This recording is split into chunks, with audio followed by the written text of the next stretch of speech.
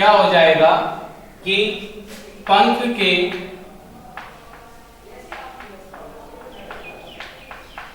ऊपरी भाग पर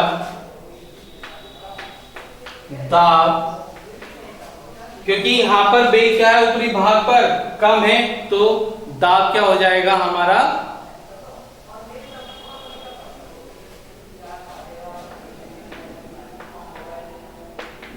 कम होगा।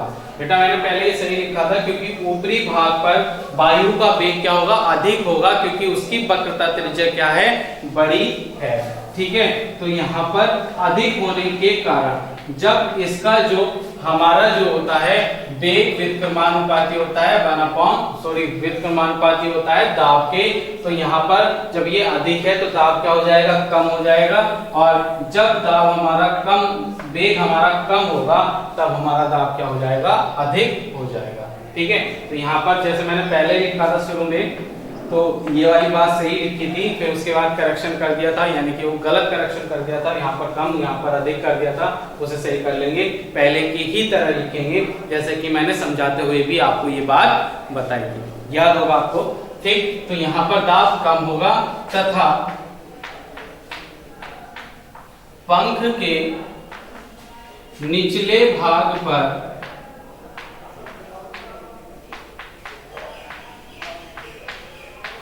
दाब अधिक होगा।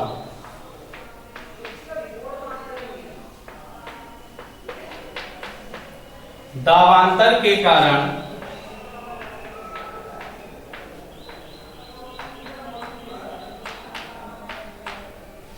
हवाई जहाज को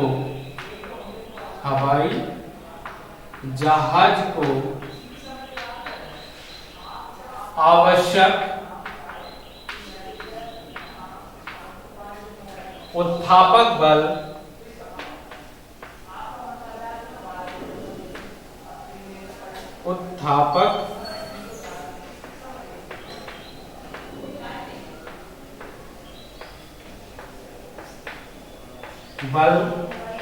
प्राप्त होता है, जिससे हवाई जहाज ऊपर की ओर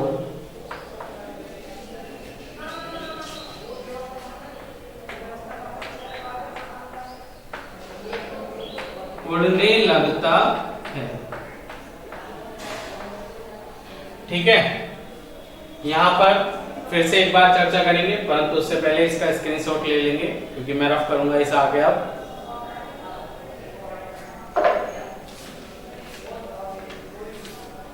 ठीक है, चलिए चर्चा करते हैं इस पे एक बार फिर। अब हमारा जो हवाई जहाज होता है, ठीक है, हवाई जहाज के जो पंख होते हैं, पंख में क्या होता है, पंख की आकृति क्या होती है, इस तरह से मान लिया ये मेरा हाथ एक हवाई जहाज का पंख है, माना। ठीक, तो इसका जो अगला वाला हिस्सा है वह क्या होता है, गोलाकार होता है, पिछले वाला हिस्सा चपटा होता है, जिससे क्या होता है, जब ये गोलाकार होता है, यानी कि जब ये गोलाकार होगा तो निचले वाला हिस्से की जो वक्रता है वह क्या हो जाएगी, कम हो जाएगी, निचले वाला हिस्सा कम हो जाएगा ऑटोमेटिक, और ऊपरी वाले हिस्से की वक्रता क्या हो जाएगी, अधिक हो जाएगी। जब इस पे वायु सामने से टकराती है तो वायु क्या है, इसके ऊपर और निचले वाले हिस्सों में धारा रेखीय प्रवाह में बहने लगती है।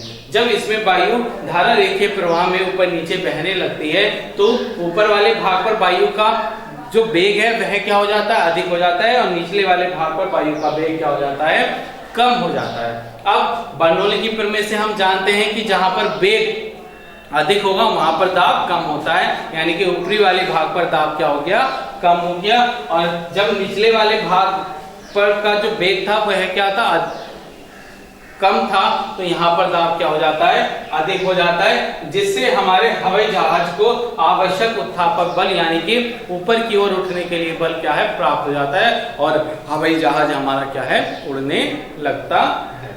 इससे आगे चलते हैं हम नंबर 3, अनुप्रयोग नंबर 3 करते हैं।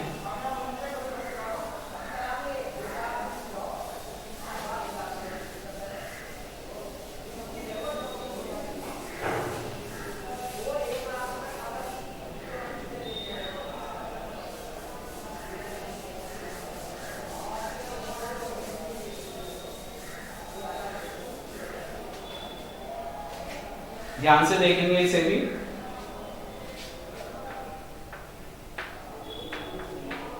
मैग्नस प्रभाव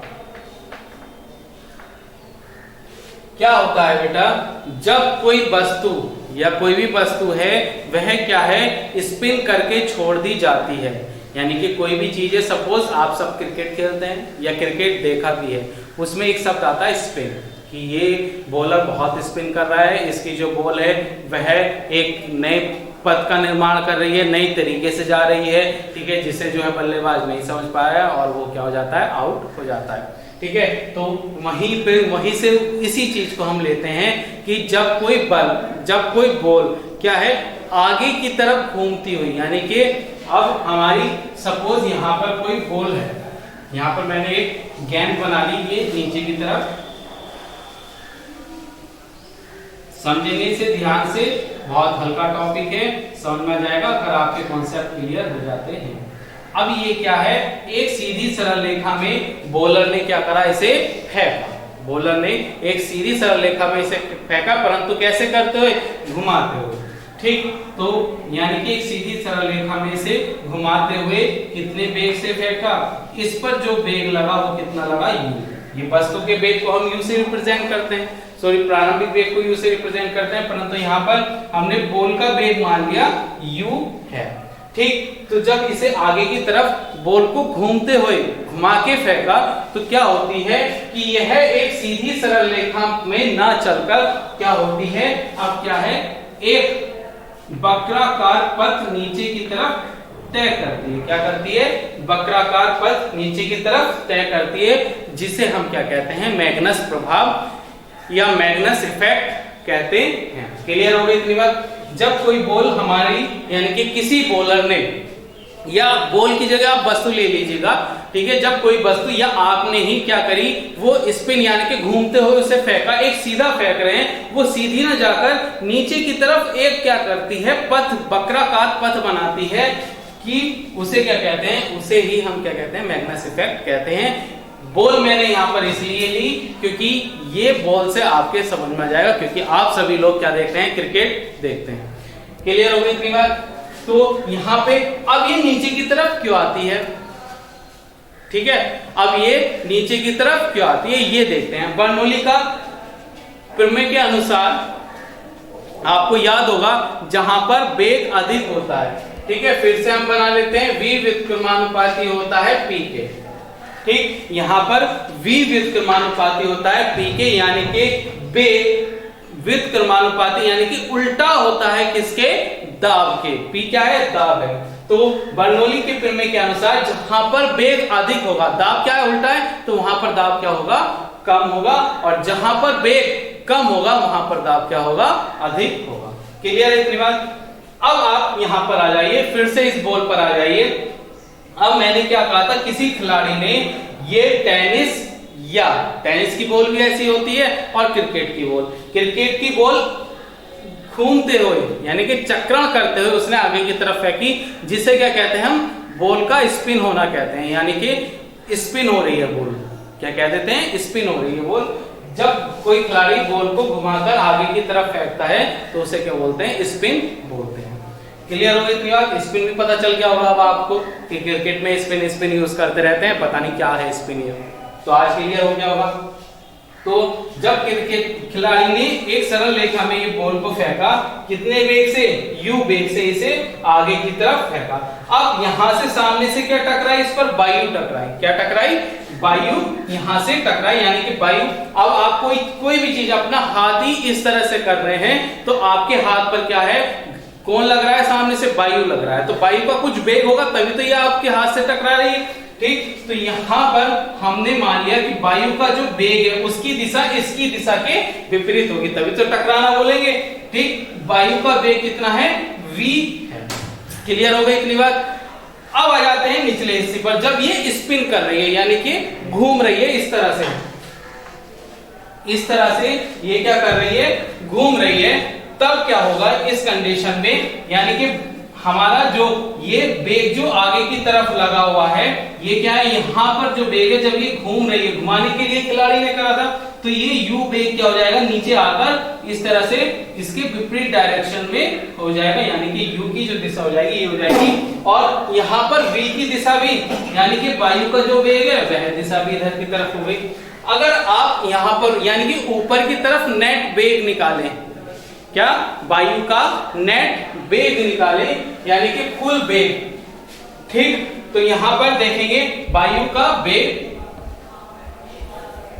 u हमारा बॉल का वेग हो गया।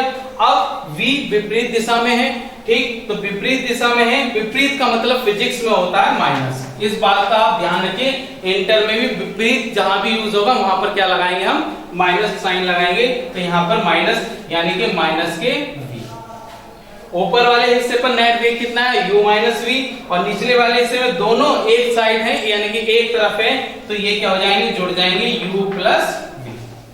तो आप देखिए, जब एक वेग में से एक वेग घट रहा है तो इसका मान क्या आएगा, कम आएगा, और इसका मान क्या आएगा, हमारा अधिक आएगा। यानी कि ऊपर की तरफ जो नेट वेग होगा वो कितना होगा, कम होगा, और नीचे की निचले वाले हिस्से की तरफ नेट वेग क्या होगा, अधिक होगा। अब बर्नौली की पिरामिड पर आ जाइए दोबारा से, तो वो क्या कहता है कि इसका जो यहां पर हमारा दाब हो जाएगा कम है, तो यहां पर ऊपर से दाब क्या हो जाएगा, हमारा अधिक हो जाएगा। क्या हो जाएगा, अधिक, और यहां पर क्या हो जाएगा, कम हो जाएगा। दाबांतर के कारण ये क्या है, जब ऊपर से अधिक प्रेशर लग रहा है, नीचे से कम, तो ये नीचे की तरफ एक वक्राकार पथ तय करेगी। ठीक है, जो बात मैंने बोली है, तो जिसे हम क्या कहते हैं, मैग्नस इफेक्ट कहते हैं। यही चीज क्या हो गई, हमारी मैग्नस इफेक्ट हो गई। इसे लिखने की कोशिश करेंगे, अपने आप समझ में आ गई होगी सभी के। आज के लेक्चर में बस इतना ही, बाकी नेक्स्ट वीडियो में। धन्यवाद।